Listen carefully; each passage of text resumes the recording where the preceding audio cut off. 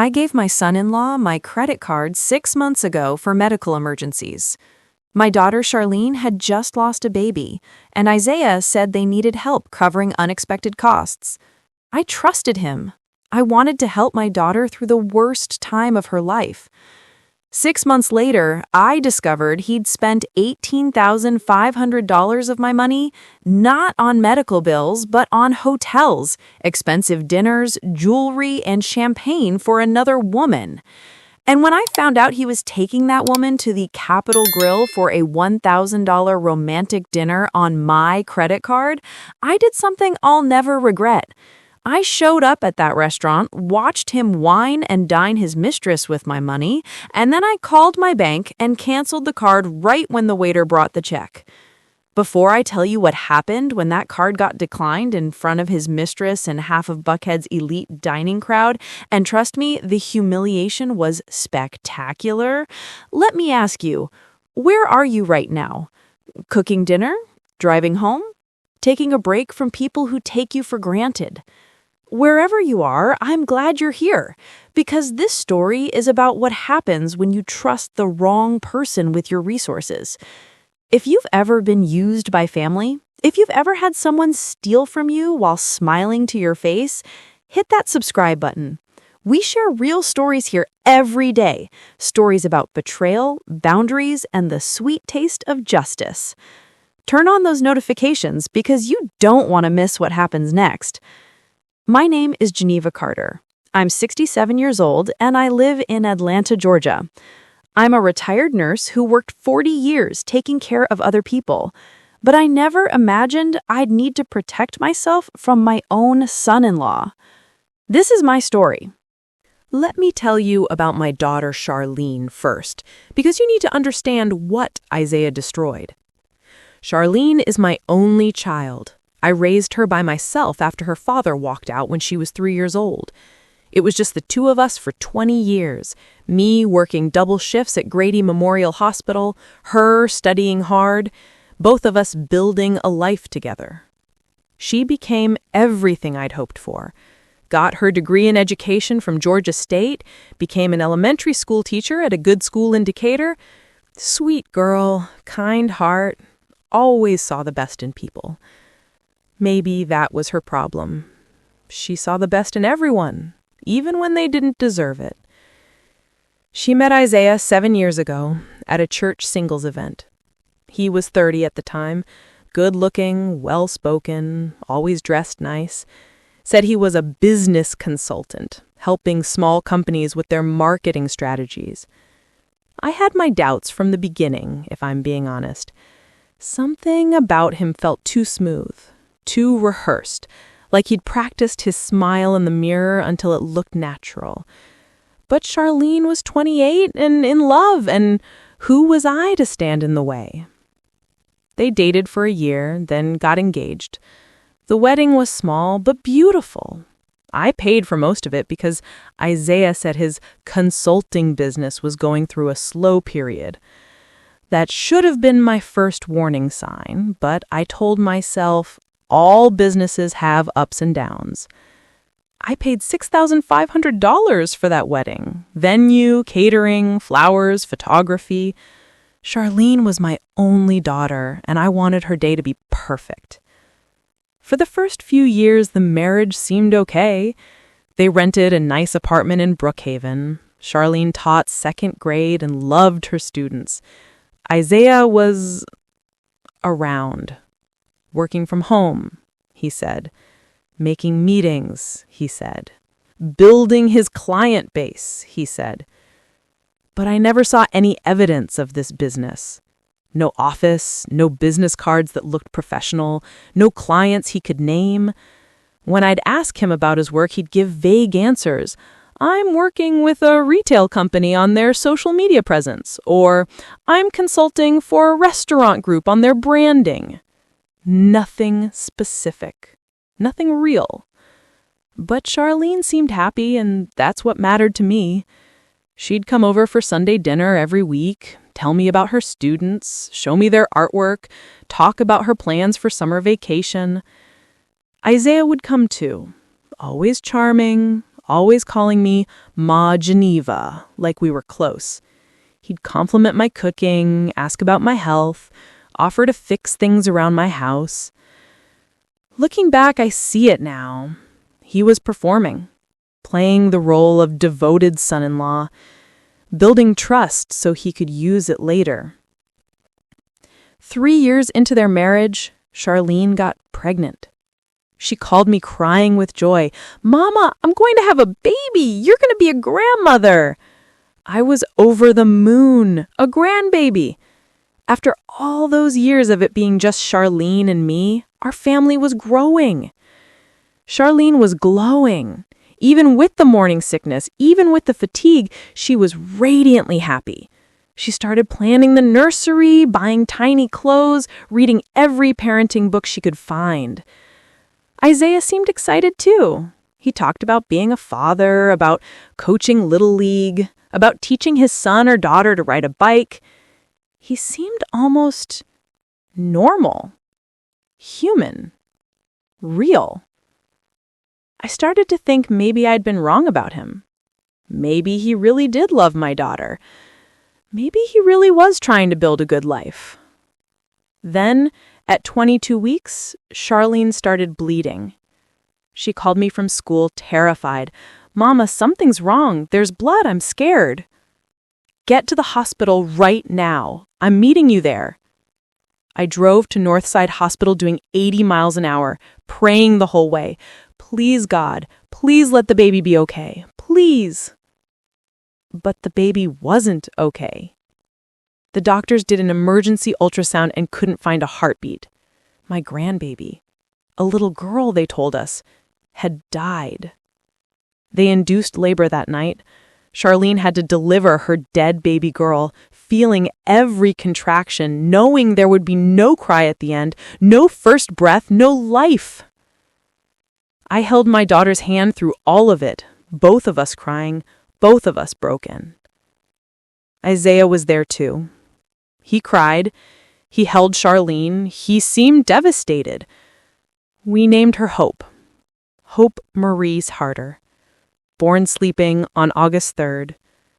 The hospital gave us a tiny box with her footprints, a lock of her hair, the little hat they'd put on her head. We buried her at Oakland Cemetery in a plot I paid for, $3,500, because Charlene and Isaiah didn't have that kind of money. After losing Hope, Charlene fell into a deep depression. She took a leave of absence from teaching. She barely ate. She'd sit in the nursery she'd decorated, holding tiny clothes, crying for hours. I stayed with them for 2 weeks, cooking meals, cleaning, trying to help her through the grief. Isaiah seemed to be grieving too. He'd hold Charlene when she cried. He'd say the right things. "We'll get through this together," and "we'll always have hope in our hearts."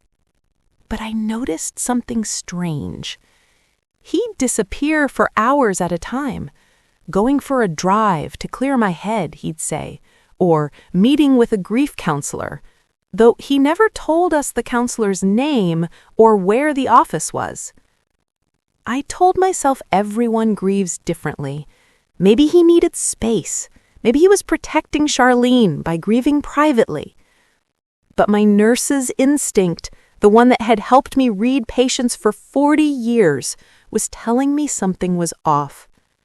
2 months after we lost Hope, Charlene was still barely functional.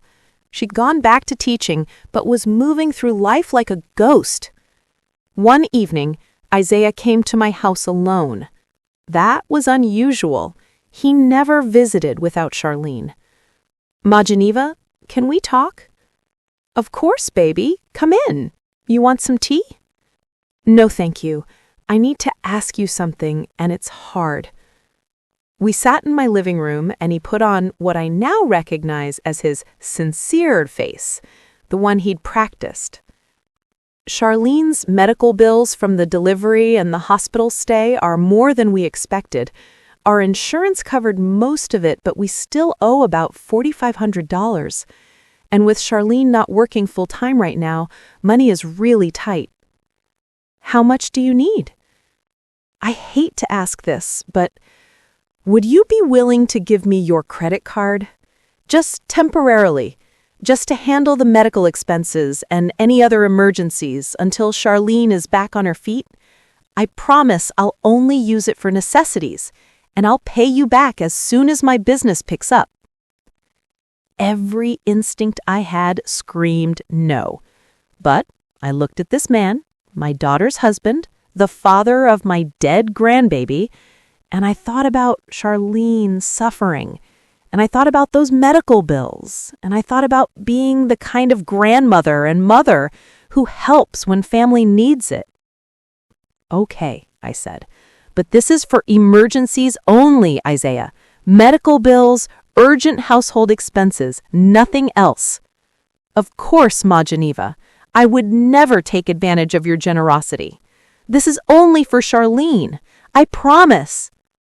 I gave him my American Express Gold Card, the one I'd had for 15 years, the one with a $15,000 limit that I'd never come close to maxing out because I was careful with money. I'll guard this with my life, he said, putting it in his wallet, and I'll get it back to you as soon as we're through this rough patch. You're an angel, Ma Geneva. Charlene is so lucky to have you. He hugged me, and I let him, believing I was doing the right thing. That was 6 months ago. The first month's bill came, and it was $1,847. I stared at the statement, my reading glasses slipping down my nose. $1,800? But I told myself it made sense. Medical bills. Maybe medications for Charlene's depression. Maybe therapy sessions. Grief is expensive. I paid it without saying anything. The second month was $2,340. I called Isaiah. Baby, the card bill is pretty high. Is everything okay? Ma Geneva, I'm so sorry. Charlene's been having complications, some infections from the delivery, more doctor visits, more prescriptions, and our water heater broke. It's been a nightmare, but I'm handling it. I promise I'll pay you back. You don't have to pay me back. I just want to make sure Charlene is okay. She's getting better every day. Thank you for being so understanding. I paid that bill too. Month 3, $3,100. Month 4, $2,890. Month 5, $3,650.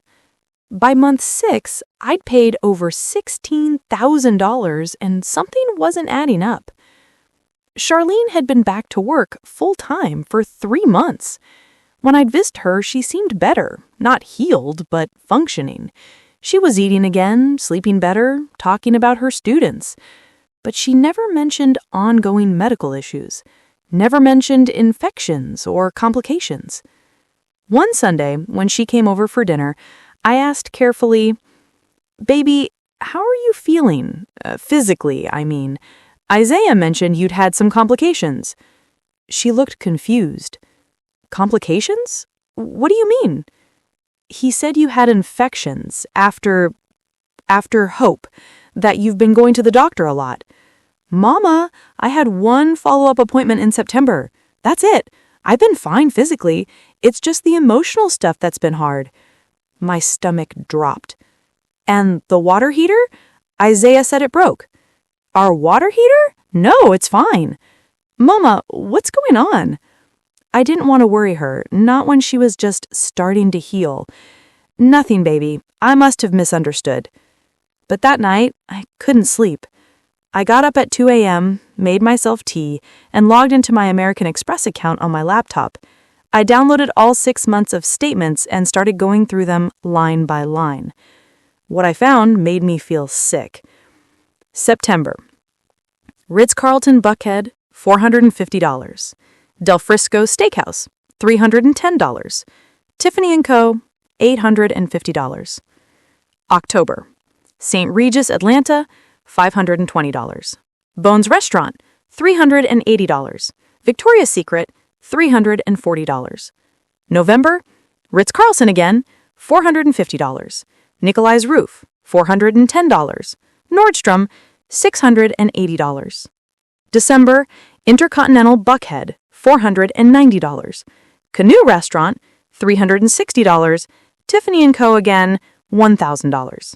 January, Spa Seidel, $540 couples massage package. The Sundial Restaurant, $290. Bloomingdale's, $420. February, Ritz-Carlton, $450. Rays on the River, $340. 1-800-Flowers, $180. I sat there staring at my computer screen as the sun came up, and I felt something I hadn't felt in a long time. Pure rage. Hotels, expensive restaurants, jewelry from Tiffany's, Victoria's Secret, couples spa treatments. Isaiah wasn't paying medical bills. He was dating someone. My hands were shaking as I looked at the dates. Most of the charges were on Tuesdays and Thursdays. Tuesday and Thursday nights were when Charlene had parent-teacher conferences and faculty meetings, when she worked late and didn't get home until 8 or 9 p.m. Isaiah had been using my credit card, the one I gave him to help my grieving daughter, to wine and dine another woman while my daughter was at work. I wanted to call Charlene immediately. I wanted to drive to their apartment and confront him. I wanted to call the police. But I stopped myself. I needed proof, real proof, not just suspicious charges, but evidence of what he was doing.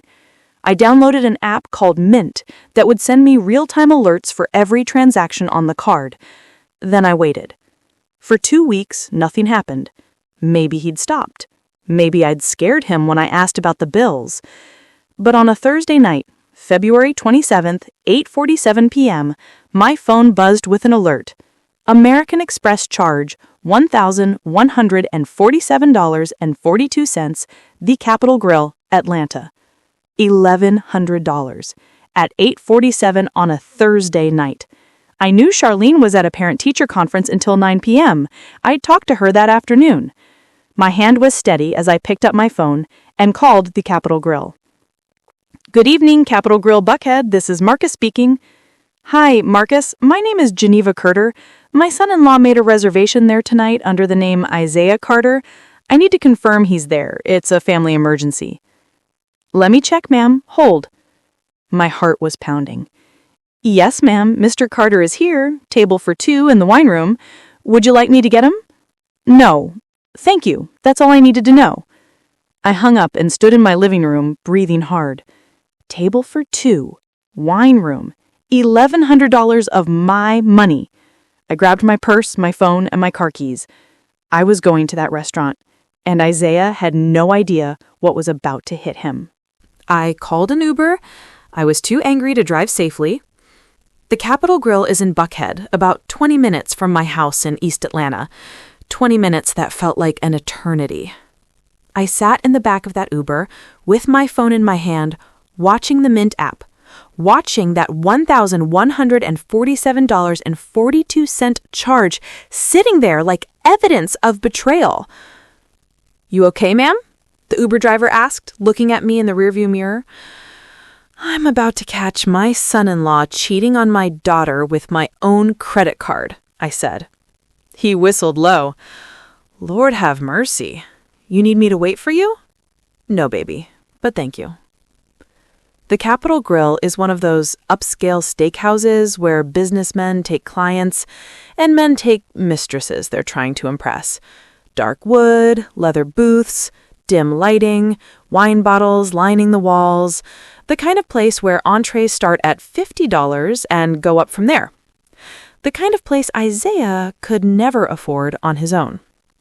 I walked in at 9:15 p.m. wearing my church clothes, navy dress, pearls, sensible heels. I looked like somebody's grandmother, which is exactly what I am. The hostess snarled at me. Good evening. Do you have a reservation? No, sweetheart. I'm just meeting someone briefly. Is it okay if I look around? Of course. Can I help you find your party? That's all right. I'll know them when I see them. I walked through the main dining room slowly, scanning faces. The restaurant was about half full. Couples, business dinners, a birthday celebration in the corner. Then I saw the sign, Wine Room, with an arrow pointing to a more private section. My heart was beating so hard I could feel it in my throat. I walked to the entrance of the wine room and stopped just outside where I could see in, but they couldn't see me. And there he was, Isaiah, wearing a suit I'd never seen before, probably bought on my card, sitting in a curved leather booth with a woman I didn't recognize. She was young, maybe late 20s, beautiful, dark skin, long braids, wearing a tight red dress that probably cost more than my monthly pension. They were sitting close, too close.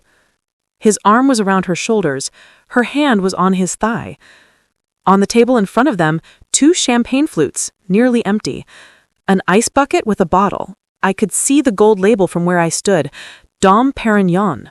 I knew that bottle cost at least $300. They were laughing, touching, looking at each other the way people in love look at each other. The way Isaiah used to look at Charlene back when they were dating, before Hope died, before he showed his true colors. A waiter approached their table with a smile. "How was everything?" "Perfect," Isaiah said, his voice carrying. "Absolutely perfect. This is a special night." The woman giggled, leaning into him. "The most special."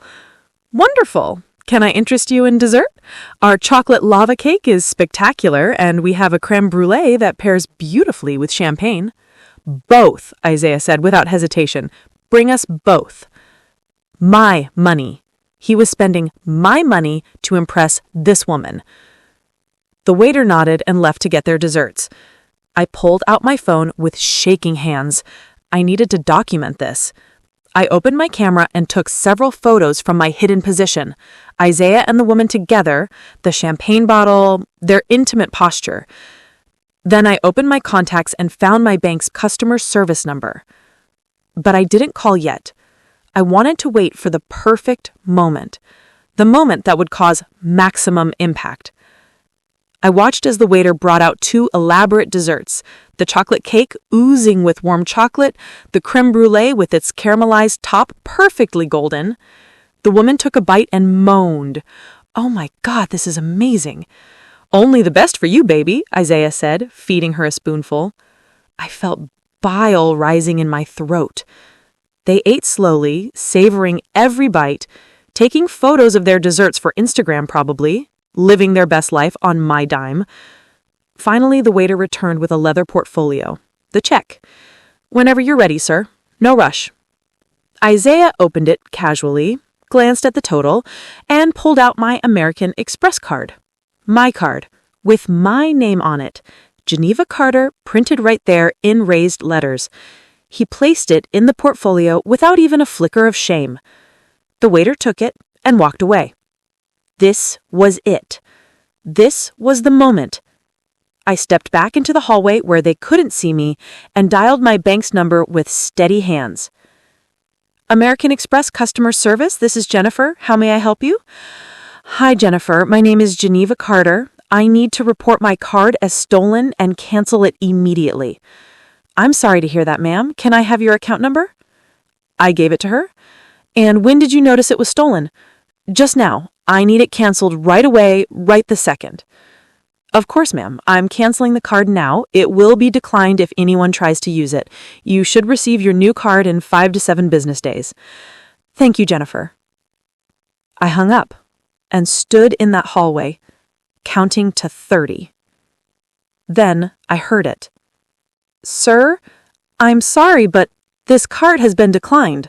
From my position in the hallway, I could see Isaiah's face change. Confusion first, then annoyance. "That's impossible. Try it again." I heard the card machine beeping. Once, twice, 3 times. "I'm sorry, sir. It's being declined. The system says the card has been canceled. Do you have another form of payment?" The woman in the red dress looked confused. "Baby, what's wrong?" "Nothing, just a mix-up with the bank." But his voice was tight, nervous. "Sir, the total is $1,147.42. Do you have another card?" I watched Isaiah's face flush. He pulled out his wallet, fumbling through it. He pulled out another card, probably his own, the one that was probably maxed out or close to it. "Try this one." More beeping. "I'm sorry, sir, this one is also declined." The woman sat up straighter, pulling away from him slightly. Isaiah, what's going on? Other diners were starting to notice. Heads turning, whispers. Do you have Tash, sir? The waiter's voice was polite but firm. Let me call my bank. This is ridiculous. There must be a mistake. That's when I stepped into the wine room. I walked slowly, my heels clicking on the hardwood floor, my purse over my shoulder, my head held high. Isaiah saw me and the color drained from his face. Ma Geneva! Don't you Ma Geneva me, you lying, cheating thief! The woman looked between us, confused. Who is this? I'm her mother-in-law, I said, my voice carrying through the now silent wine room. And that card he just tried to pay with? That's my American Express card. The one I gave him 6 months ago to help my daughter with medical bills after she lost her baby. Isaiah stood up so fast he knocked the table, champagne flutes rattling. Ma Geneva, this isn't what it looks like. It looks like you're on a date with your mistress, spending my money on $300 champagne and fancy steaks, while my daughter's at work thinking you're home. That's exactly what it looks like. The woman stood up too, grabbing her purse. You're married? Baby, let me explain. You told me you were divorced. You said your wife left you after you lost a baby. He lied, I said calmly. His wife, my daughter, is very much married to him and very much not aware he's been spending my money on you for the past 6 months. I pulled out my phone and showed her the photos I'd just taken. That's you two tonight, and I have 6 months of credit card statements showing hotels, restaurants, jewelry from Tiffany's, Victoria's Secret purchases, all on my card, all while my daughter was grieving our dead grandbaby. The woman's hand flew to her mouth.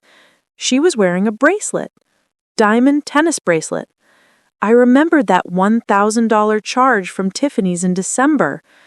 You're disgusting, she said to Isaiah, her voice shaking. You told me you were single. You told me... She looked at me. I didn't know. I swear I didn't know he was married. I believe you, sweetheart. She grabbed her coat and purse and pushed past Isaiah. Lose my number. Don't ever contact me again. She left, practically running out of the restaurant. Now it was just me, Isaiah, and about 15 diners who were pretending not to stare while absolutely staring. Ma Geneva, please let me explain. Explain what, Isaiah? Explain how you've stolen $18,500 from me? Explain how you looked me in the eye 6 months ago and promised you'd only use that card for emergencies for Charlene and then used it to date another woman? Explain how you betrayed my daughter while she was drowning in grief? I was grieving too. I lost a daughter too. You were grieving? My voice rose for the first time. You were grieving in the Ritz-Carlton with your mistress? You were grieving with Dom Tourignon champagne? You were grieving at the spa getting couples massages? He had no answer for that. The restaurant manager approached, looking uncomfortable. Excuse me, but we need to settle this check. I'll pay it. I pulled out my personal debit card. Since apparently I've been paying for his dates for 6 months anyway, what's one more? Ma'am, you don't have to. Yes, I do, because unlike him, I have integrity. I pay my debts. I handed the manager my card. He processed it quickly, clearly wanting this scene to end. Isaiah was still standing there, frozen, his face a mixture of shame and panic. Does Charlene know? He asked quietly. Not yet, but she's about to. I pulled out my phone and called my daughter. She answered on the second ring. Hey, Mama, I'm just leaving the school. What's up? Baby, where are you exactly? In my car in the parking lot. Why? What's wrong? You sound upset. I need you to come to the Capitol Grill in Buckhead, right now. What? Mama, it's almost 10 p.m. I was about to drive home. Charlene, this is important. Isaiah is here, and there's something you need to see. Isaiah? He said he was home watching basketball. Why is he at... I heard it in her voice. The moment she understood something was very wrong. "I'm coming right now. Don't let him leave." She hung up. I looked at Isaiah. "You have 20 minutes before your wife gets here. You want to run? Go ahead. But I've already called the credit card fraud department. I've already documented everything, and I'm pressing charges." "You're going to have me arrested?" "Yes, you stole $18,500 from me. That's a felony. Grand theft? Credit card fraud? Yes, I'm having you arrested." His legs seemed to give out. He sat back down heavily, head in his hands. The manager returned with my receipt. "Ma'am, is there anything else we can do?" "Yes. Can you call the Atlanta Police Department? I need to report a crime." "Of course." As the manager walked away, I sat down across from Isaiah in that leather booth. "You know what the worst part is?" I said quietly. "I would have helped you if you'd been honest. If you'd said you were struggling, if you'd needed money, I would have given it to you. But you lied, you stole, you betrayed my daughter when she was at her lowest. And for what? For this? For a woman who just found out you're a liar and will never speak to you again?" He said nothing. "You destroyed your marriage for champagne and hotel rooms. Was it worth it?" Still nothing. We sat there in silence, waiting for Charlene to arrive, waiting for the police, waiting for his entire life to fall apart. And I felt no sympathy for him at all. Charlene arrived in 18 minutes. I saw her through the restaurant window. She'd parked illegally right in front, didn't even bother with the valet. She burst through the door in her work clothes, eyes wild, scanning the restaurant. When she saw me sitting across from Isaiah in the wine room, she walked toward us like a woman in a nightmare. "Mama?" Her voice was small, scared. "What's going on?" I stood up and took her hands. They were ice cold. "Baby, I need you to sit down." "Why is Isaiah here? He said he was home. Why did you call me here? Mama, you're scaring me." Isaiah finally looked up. His eyes were red. "Charlie, I can explain." "Don't you dare talk to her," I snapped. Then to Charlene, "Sit down, baby, please." She sat, and I sat next to her, holding her hand. 6 months ago, Isaiah asked me for my credit card. He said it was for medical bills from when you lost hope, for emergencies. I gave it to him because I wanted to help you. Charlene looked confused. "What medical bills? I don't understand." "There were no medical bills. He lied." I pulled out my phone and showed her the credit card statements I'd saved. 6 months of charges, hotels, restaurants, jewelry, flowers. Her hands started shaking as she scrolled through them. Over the past 6 months, Isaiah has spent $18,500 of my money.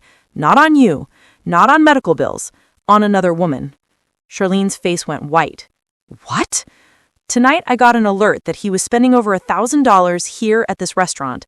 I came here and saw him with her. They were drinking $300 champagne, eating expensive steaks, being romantic. When the bill came, I called the bank and canceled the card. His card got declined, and that's when I walked in." Charlene turned to Isaiah, and I saw something break in her eyes. "You've been cheating on me?" "Charlie, please." "For 6 months? While I was grieving our daughter, you were taking another woman to hotels?" "It wasn't like that." "What was it like?" She was streaming now, standing up, tears pouring down her face. "Tell me, Isaiah, what was it like? How do you spend $18,000 on another woman while your wife is falling apart?" Other diners were staring openly now, but I didn't care, and neither did Charlene. "I was hurting too," Isaiah said weakly. "I was grieving too, and you were so distant. You were drowning, and I couldn't reach you, and she was just there." "I was distant because our baby died." Charlene's whole body was shaking. "I had to deliver our dead daughter. Do you have any idea what that feels like? And instead of being there for me, instead of grieving with me, you were out there spending my mother's money on champagne and hotel rooms?" She looked at the empty champagne bottle on the table, the dessert plates with remnants of chocolate and caramel. "Dom Perignon. You bought her Dom Perignon with my mother's credit card." "Charlie, don't say my name. Don't say anything." That's when the police arrived. 2 Atlanta PD officers walked into the wine room, a black male officer in his 40s and a younger Hispanic female officer. "We got a call about credit card fraud?" "Yes, officer," I said, standing. "My name is Geneva Carter. This is my son-in-law, Isaiah Carter. 6 months ago, I gave him my American Express card to help with family medical emergencies. Instead, he's been using it to conduct an affair. He spent $18,500 without my authorization." The officer pulled out a notepad. "Ma'am, did you give him permission to use the card?" "Only for specific medical expenses for my daughter. He's been using it for hotels, restaurants, gifts for another woman. I have all the statements here." I showed him my phone with the documentation. "Mr. Carter, is this true?" "I want to speak to a lawyer." "That's your right, sir, but we're going to need you to come down to the station to answer some questions." "You're arresting me?" "We're taking you in for questioning regarding credit card fraud and theft. If Mrs. Carter wants to press charges, and it sounds like she does, you'll be formally charged." The female officer pulled out handcuffs. "Sir, please stand up and put your hands behind your back." "Charlie," Isaiah looked at my daughter one last time. "Please, don't let them do this." Charlene's voice was ice. "My mother trusted you. I trusted you. You stole from her while I was grieving our baby. You deserve whatever happens to you." They cuffed him right there in the wine room of the Capitol Grill, in front of dozens of witnesses. As they let him out, the entire restaurant watched in silence. Charlene stood there frozen, watching her husband, her cheating, lying, stealing husband being walked out in handcuffs. Then she turned to me and collapsed into my arms, sobbing. "Mama, how could he? How could he do this to us?" "I don't know, baby. I don't know." The restaurant manager approached cautiously. "Ma'am, would you and your daughter like to move somewhere more private? We have a manager's office." "Thank you, but we're leaving." I guided Charlene out of the restaurant, past the staring diners, past the valet, to her car that was still parked illegally. "You can't drive like this. Get in the passenger seat. I'll drive you home." "I don't want to go home. That's where he lives. I can't go back there." "Then come to my house. You can stay with me as long as you need." We drove to my house in silence, except for her crying. Deep, wrenching sobs that tore at my heart. When we got to my house, I made her tea with honey the way I used to when she was little and had nightmares. She sat on my couch, wrapped in one of my blankets, looking small and broken. "I defended him, Mama," she said quietly. "Remember last year when you asked about our finances, when you said something felt off about him? I defended him.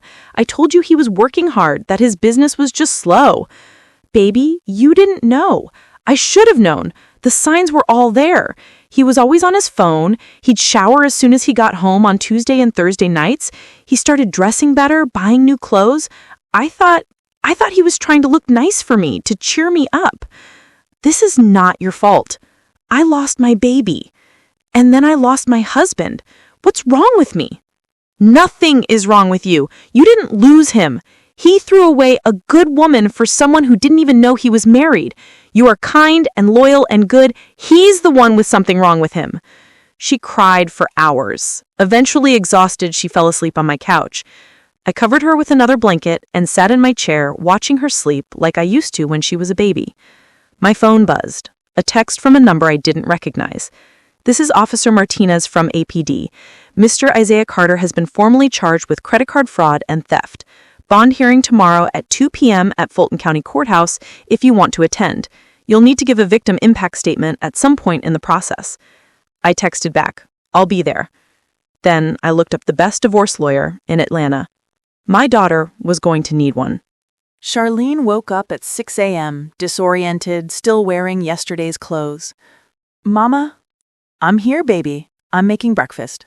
She came into the kitchen, her eyes swollen from crying. "I thought maybe I dreamed it, but I didn't, did I?" "No, baby, you didn't." I made her scrambled eggs and toast. She ate 2 bites and pushed the plate away. "My phone has 37 missed calls from Isaiah, from the jail." Her voice was flat, emotionless. "He left voicemails. Should I listen to them?" "That's up to you." She put the phone on speaker and played the first one. "Charlie, baby, please pick up. This is all a huge misunderstanding. Your mom is overreacting. I can explain everything if you just give me a chance. Please, baby, don't let them do this to me. I love you." Charlene's jaw tightened. She deleted it and played the next one. Charlie, they're saying I stole $18,000. That's not true. It was for us, for our future. I was making investments. Your mom just doesn't understand business. Please call me back. Please.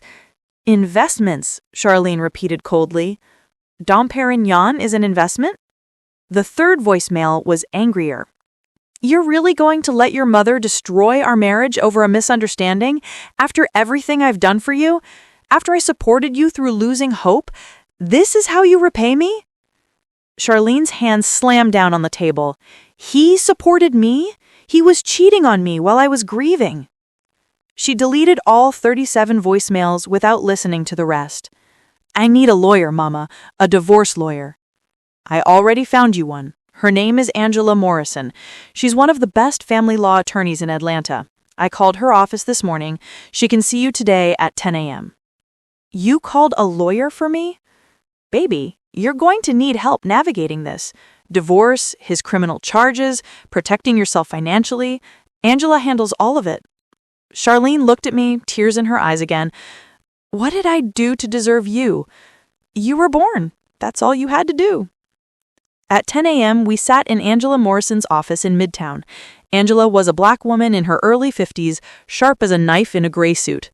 Mrs. Carter, Geneva told me the basics on the phone, but I need to hear everything from you. Start from the beginning. Charlene told her everything. The marriage, Hope's death, Isaiah's request for the credit card, the discovery last night. Angela took notes, nodding. Okay, here's what we're dealing with. First, the good news. Georgia is an equitable distribution state, but since you've only been married 7 years and have no children, the divorce should be relatively straightforward. What about the credit card debt? Charlene asked. Will I be responsible for what he spent? No, that card is solely in your mother's name. You're not liable. However, if Isaiah has other debts in both your names, credit cards, loans, you might be partially responsible for those. We have 2 credit cards in both our names. I don't even know what's on them. Isaiah always handled our finances. We'll need to pull your credit report immediately. If he's been reckless with your joint credit, we need to know now so we can protect you. Angela pulled up a credit monitoring website. 20 minutes later, we had the report. Oh no, Angela said, looking at the screen. My stomach dropped. What? Charlene, you have 3 credit cards in your name that you didn't know about? 3? No, we only have 2 joint cards. You have 2 joint cards, yes, but you also have 3 cards that are solely in your name. Did you open these? No, I've never opened a credit card by myself. Angela's face was grim. Then Isaiah opened them using your information. That's identity theft. Look at this. Capital One Visa, $8,500 balance, maxed out. Chase Freedom, $12,000 balance, maxed out. Discover Card, $6,000 balance, maxed out. Charlene's face went white. That's $26,500 on cards I didn't even know existed? When were these opened? I asked. Angela checked. Capital One, 14 months ago. Chase, 10 months ago. Discover, 6 months ago. 6 months ago, Charlene whispered. Right when he asked you for your credit card, Mama. He was already maxing out cards in my name, and he needed more money to keep up his lifestyle. The affair must have been expensive, Angela said bluntly. Hotels, restaurants, gifts. He maxed out your credit, then moved to your mother's. I felt rage building in my chest again. Can we press additional charges for this? Absolutely. Identity theft, credit card fraud.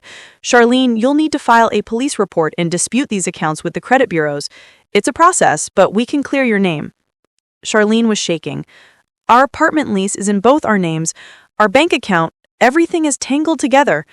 We'll untangle it. First priority, file for divorce immediately. I'll prepare an emergency petition.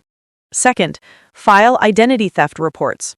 Third, freeze all joint accounts so he can't drain them. Fourth, change the locks on your apartment if possible, or move out entirely. I can't afford that apartment alone. It's $1,800 a month. Move in with me, I said. Take as long as you need. Mama, I can't impose. You're not imposing. You're my daughter, and you're coming home until you get back on your feet. Angela smiled slightly. Good. That solves one problem. Now, about Isaiah's criminal case. Geneva, you're pressing charges? Every single one I can. The DA's office will likely charge him with credit card fraud, theft by taking, and possibly identity theft once we file reports about Charlene's cards. He's looking at serious prison time if convicted. Good, Charlene said, her voice hard. He deserves it.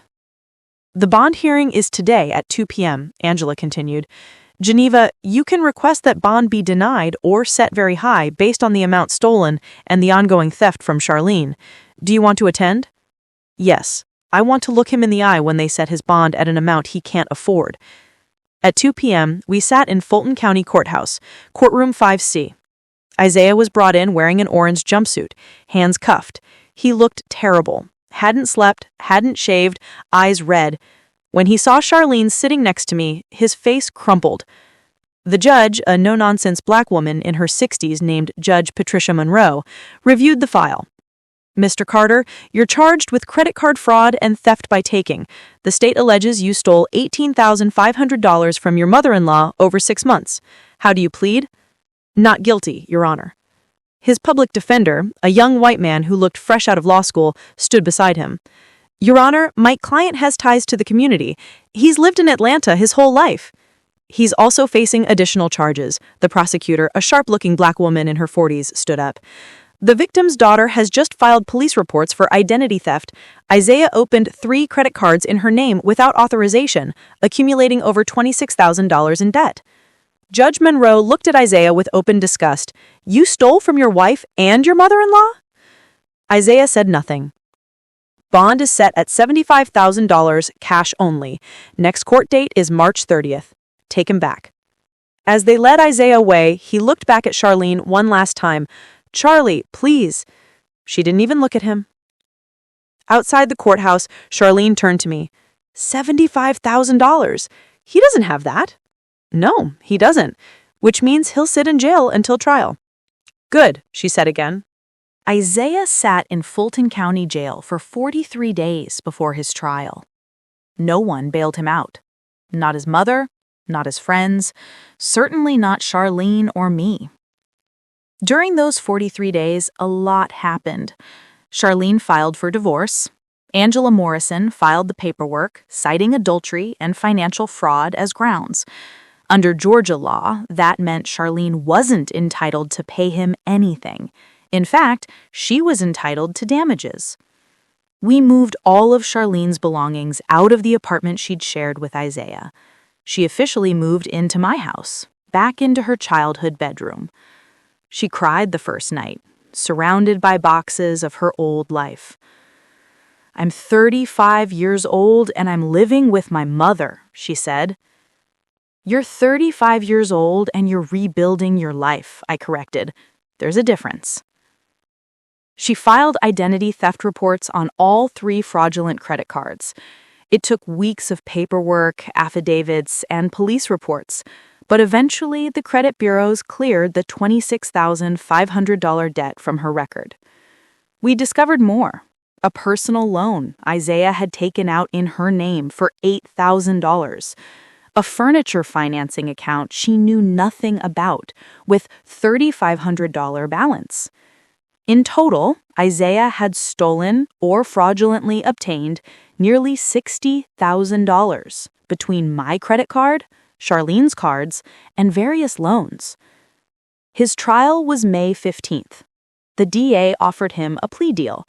Plead guilty to credit card fraud and identity theft, serve 2 years in prison, and pay full restitution of $56,000. His public defender advised him to take it. Going to trial risked 5 to 10 years.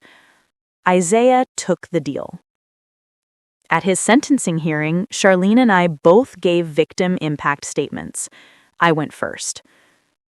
Your Honor, I gave Isaiah Carter my credit card to help my grieving daughter after she lost a baby. I trusted him because he was family. He used that trust to fund an affair for 6 months. He didn't just steal my money. He stole my peace of mind, my ability to trust, and my daughter's faith in marriage and family. Then Charlene spoke, and I'd never been more proud of her. Your Honor, Isaiah Carter didn't just steal money. He stole my identity. He opened credit cards in my name, took out loans in my name, and destroyed my credit while I was at my lowest point. I was grieving the loss of my daughter, and he was buying champagne for another woman. I will never trust the same way again, but I'm grateful he showed me who he really was before I wasted any more years on him. Judge Monroe sentenced Isaiah to 2 years in Georgia State Prison and ordered him to pay $56,000 in restitution at $500 per month once released, plus 5 years probation. Mr. Carter, you are a predator who targeted vulnerable women, your wife and your mother-in-law, at their weakest moments. You exploited grief, trust, and family bonds for your own selfish pleasure. I hope these 2 years teach you something about integrity, though I doubt it. The divorce was finalized 3 months later. Charlene got everything: the furniture, her car, her freedom. Isaiah got nothing except a felony record and a prison sentence. 6 months after that night at the Capitol Grill, Charlene and I were having Sunday dinner at my house, a tradition we'd restarted. I got a text from Isaiah today. From prison, she said. What did it say? That he's sorry, that he loves me, that he made mistakes, but he wants to fix things when he gets out. What did you say? Nothing. I blocked the number. She took a sip of sweet tea. Mama, can I tell you something? Always. I'm glad this happened. I looked at her, surprised. Not glad about losing hope, not glad about the pain, but glad I found out who Isaiah really was before I wasted the rest of my life on him. If you hadn't given him that card, if you hadn't caught him, I might have stayed married to him for years, decades, never knowing. You would have found out eventually, baby. Men like Isaiah always get caught. Maybe, but you saved me years of lies. You protected me, even when I didn't know I needed protecting. She reached across the table and took my hand. Thank you, Mama, for everything. That's what mothers do, baby. We protect our children, even when they're grown, even when it's hard. A year after Isaiah went to prison, Charlene started dating again. A nice man named Marcus, a middle school principal she met at an education conference. He was kind, honest, had his own money, and treated her like she was precious. I liked him. Charlene was healing, teaching again, laughing again, living again. And me? I was exactly where I needed to be, in my house, with my daughter close by, my bank account protected, and my boundaries firmly in place. I still have that American Express card. I had it reissued with a new number after Isaiah's arrest, but now I'm the only one who uses it. My name is Geneva Carter. I'm 67 years old, and I learned something important. Trust is precious, and not everyone deserves it.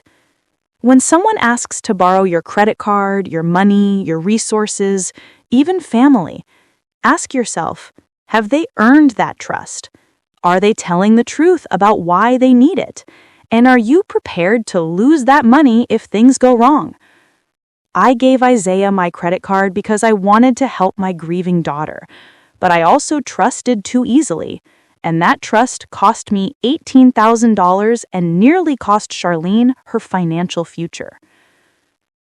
If this story helped you, if it reminded you to protect yourself, to document everything, to trust your instincts, support Big Mama with a super thanks or by joining as a member.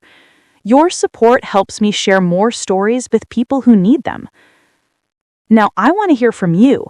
Have you ever had family steal from you financially? Have you ever discovered someone you trusted was using your money for something completely different than they claimed? What did you do about it? Share your story in the comments. Someone out there needs to hear it. You might save someone from making the same mistake I did. If this is your first time here, Hit that subscribe button and turn on notifications. We share real stories here every single day. Stories about family, money, betrayal, and justice. Next time, I'll tell you about a grandmother who discovered her son's wife was forging her signature to take out loans in her name. What she did about it will shock you. Don't miss it. Until then, remember, you are valuable. Your resources are valuable, and you don't have to share them with people who will abuse your trust. Not even family. Especially not family. Protect what's yours. Document everything, and never be afraid to say no. Big Mama loves you. Take care of yourself.